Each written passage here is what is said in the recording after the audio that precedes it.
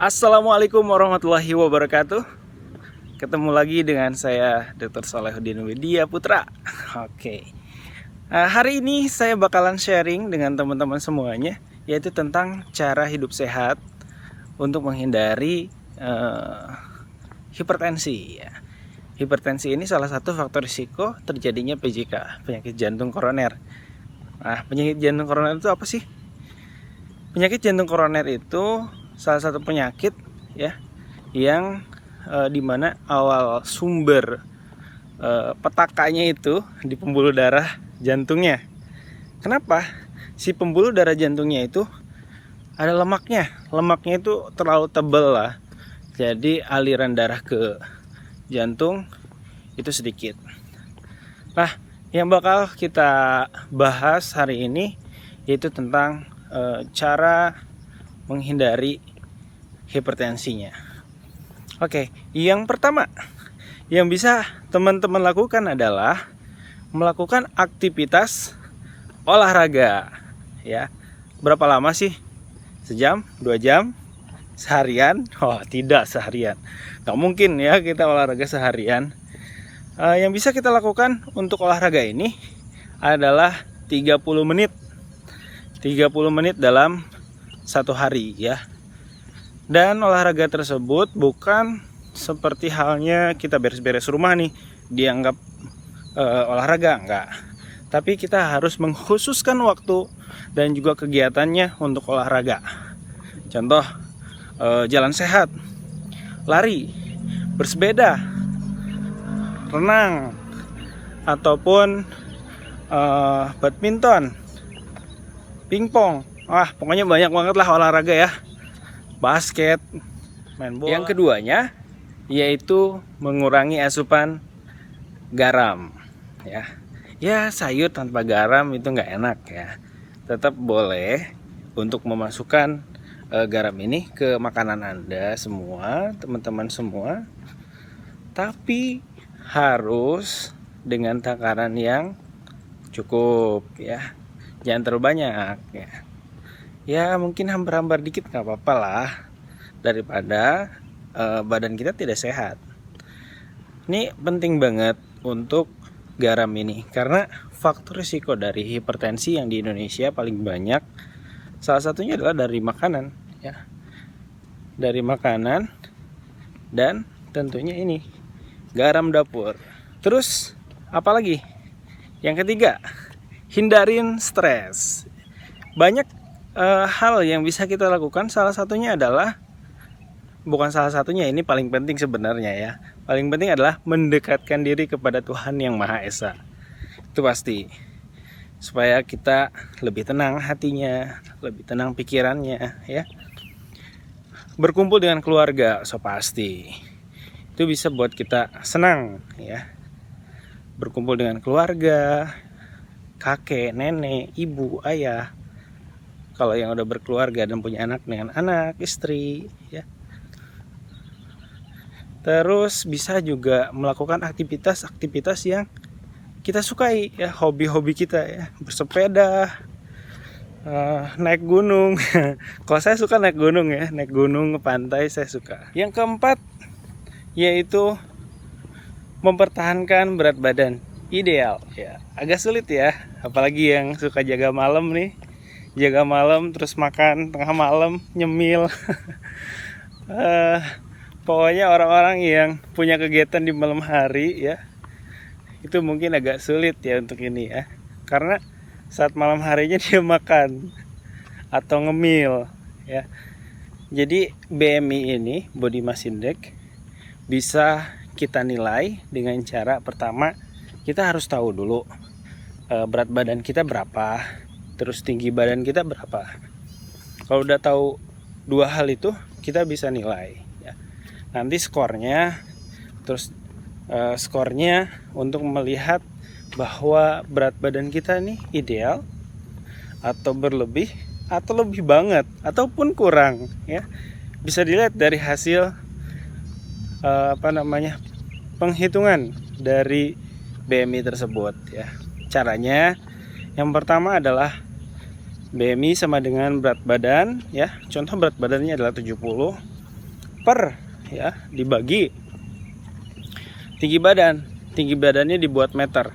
Contoh 170 1,70 kali 1,70 sama dengan berapa?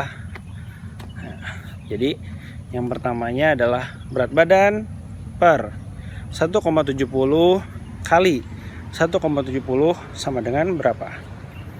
Nah, nanti kalau sudah ada hasilnya, kita bisa langsung lihat, browsing dulu ya, browsing, lihat sih BMI ini penilaiannya apa aja, skornya berapa.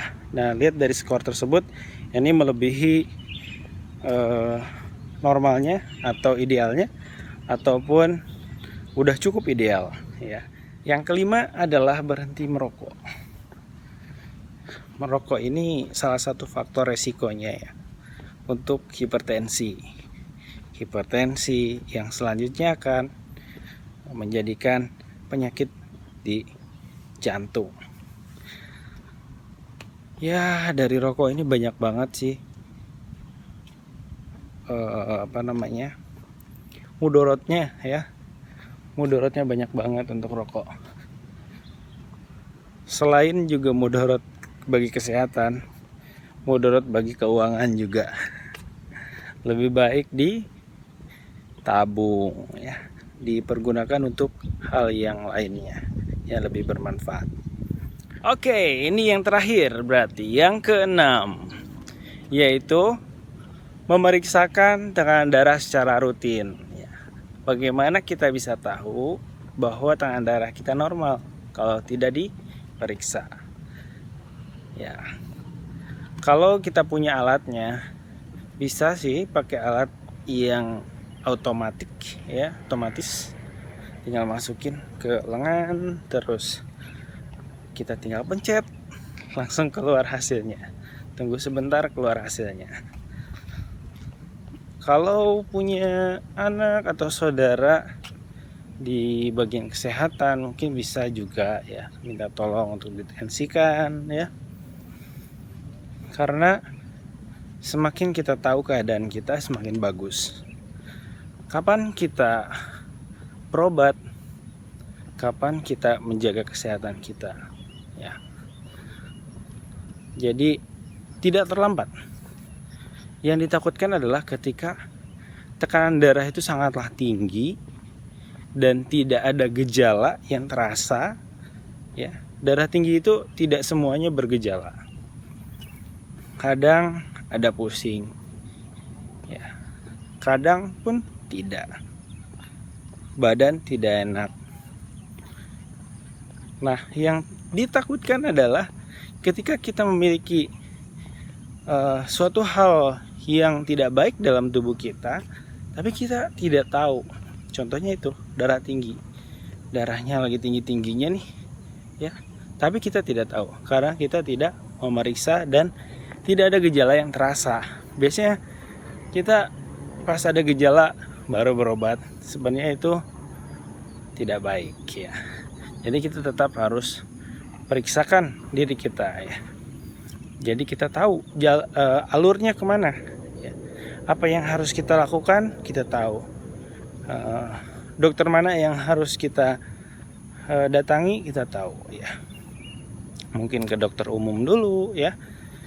Atau setelah dari dokter umum nanti, oh Bapak harusnya ke spesialis ini ya. Seperti itu. Jadi kita alurnya tahu. Jangan sampai terlambat ya. Banyak dari saudara-saudara kita yang masuk ke rumah sakit setelah memiliki gejala yang sudah berat ya. Bisa sampai ada komplikasi juga ya.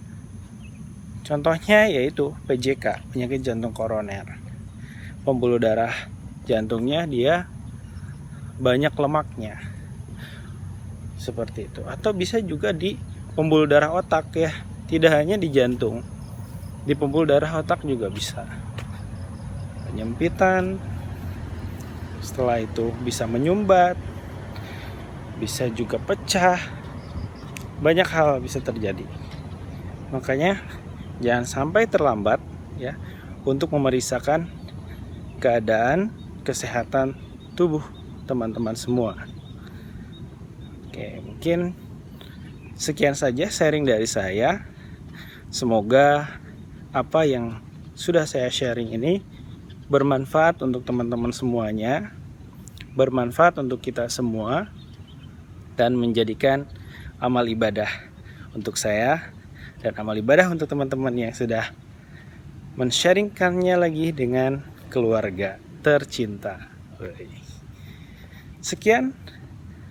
Assalamualaikum warahmatullahi wabarakatuh.